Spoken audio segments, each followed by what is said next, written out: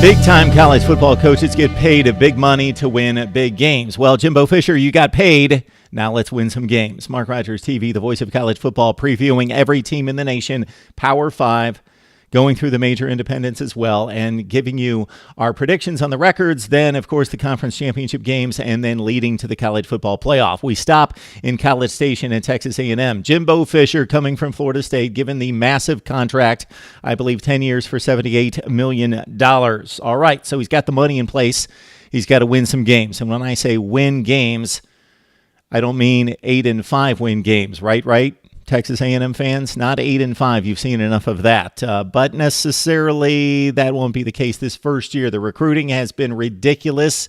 He is recruiting out of his mind. He's doing what you would expect Jimbo Fisher to do at A&M, but that's not going to take hold right now. Right now, it's all about 2018, and we've got news in from Gig'em 247 Sports that A&M has not necessarily named a starting quarterback, but they have strong indication that it's going to be Kellen Mond as the starting quarterback, at least in week 1 against Northwestern State.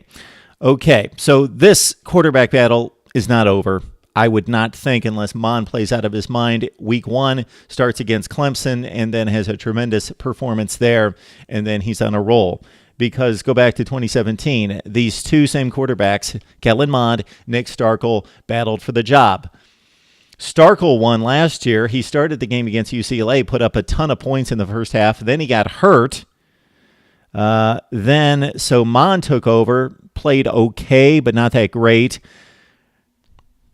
Starkel came back, regained his job, and pretty much finished out the season as the starting quarterback, and then had that crazy good game against Wake Forest, playing from behind most of the game in the Belk Bowl. 42 of 63 for Nick Starkel in that game, 499 yards, 4 touchdowns, and 1 pick. I did say 42 for 63 for 499. On the season, Starkel, a much better passer than Mond, 60%, 14 touchdowns, 6 interceptions. This leads me to believe a few things, and we'll get to it in just a second. So Mond at 51.5%, a much worse percentage completion, same receivers, same situation, offensive line, 8 TDs, 6 picks. Mond runs for 6.7 yards per carry.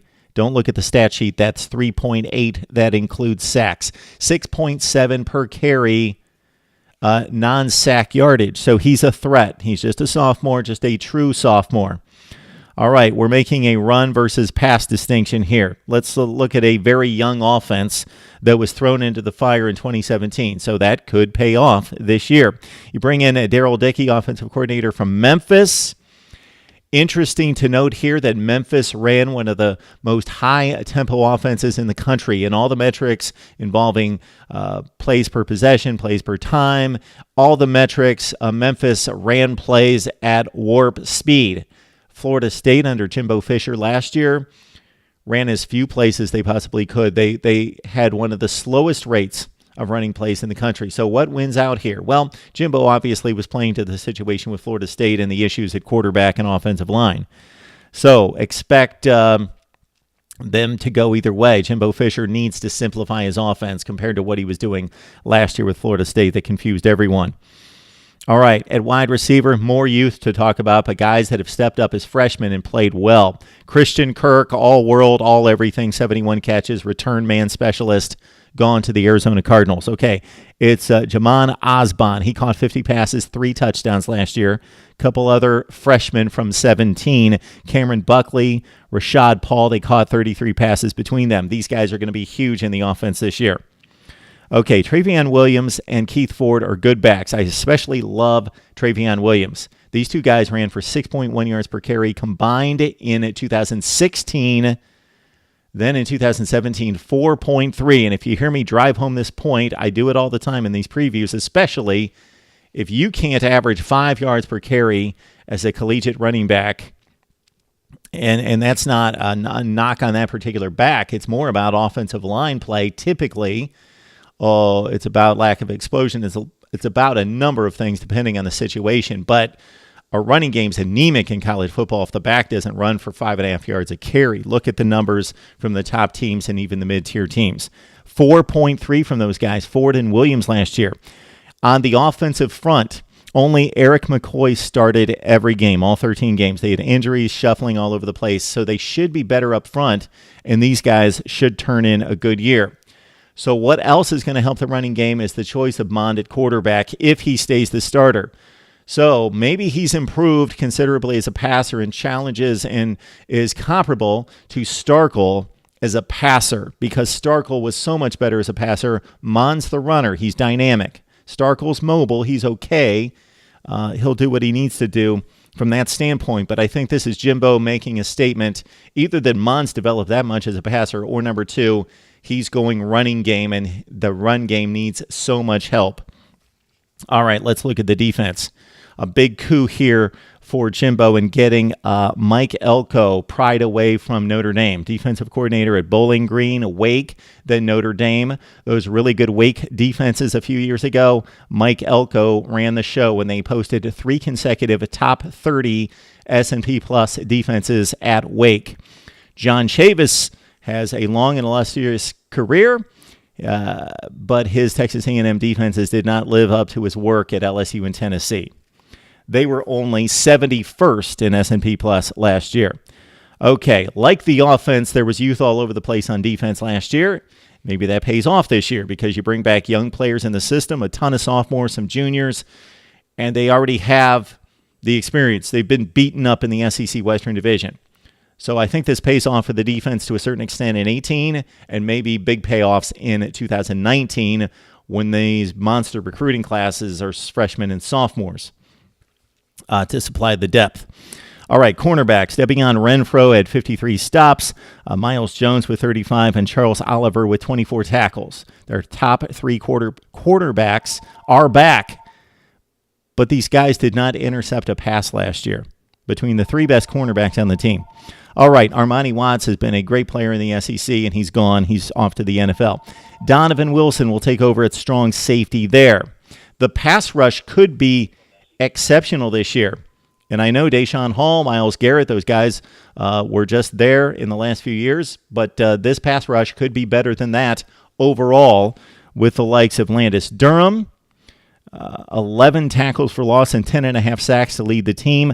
Tyrell Dodson had 104 tackles to lead the Aggies. Listen to this stat line: 10 tackles for loss, 5.5 sacks, 3 picks. Filled it up across the board. Otero Alaka had 12.5 tackles for loss and 5.5 sacks as well. Linebackers across the board, all the meaningful players back. So this is a pretty good Texas A&M team, and maybe my record's not going to reflect that, but I think they have a brutal schedule, and they will fight, they will play well, they will show that Jimbo Fisher knows what he's doing. He's taken a knock here in the last year or two. Obviously, the Florida State demise last year was not good to watch. That team just didn't fight up to its talent level, but Jimbo's got a fresh start, and he's recruiting again like a madman, but that's going to take effect later. Special teams before we get to the schedule. Missing some players, Kirk in particular, was exceptional last year. Jimbo has a pedigree of really good special teams, so that's a good marriage there. They should be good there. They lose to Clemson at home. I don't see them winning that game any way, shape, or form. Even if they give it a valiant effort, every team has a shot, and especially if you're as talented as Texas A&M. And there really is, the talent gap overall on the roster is not that huge between A&M and Clemson. Just Clemson's all fired up, ready to go, got everything in place, very experienced, poised team. They go to College Station. Maybe they fight off a bad first half where the crowd's going nuts, and they win by 10 points. All right, so 3-1 for A&M non-conference. They lose to Clemson. They draw South Carolina, of course, out of the SEC East each and every year. They've got to travel to Columbia this year. They've got Kentucky at home. Not a bad deal there. They most likely split those two. I'm looking through the SEC Western Division, and if I go chalk, which I'm going to, they beat Arkansas and Ole Miss. They lose the other games. So maybe they lose to Ole Miss and they beat somebody else like LSU. So the Ole Miss and LSU games, I'm going to split those two, and it gives you 3 wins for the Aggies in conference. I expected to come out with a better record than that, but 6-6, 3-5, Jimbo's first season. He's going to gain a little bit of heat for that, but not to worry. Not to worry. He's recruiting. The foundation's there. That's our take on A&M football. You need to join our weekly newsletter that comes out this Monday, a week from now, September 3rd, with my take and perspective on the weekend, facts and stats and trends that you won't find anywhere else in one particular place, and our channel update as well. All right, like, comment, and subscribe. That keeps us going here at Mark Rogers TV. We'll see you with the rest of the SEC Western Division.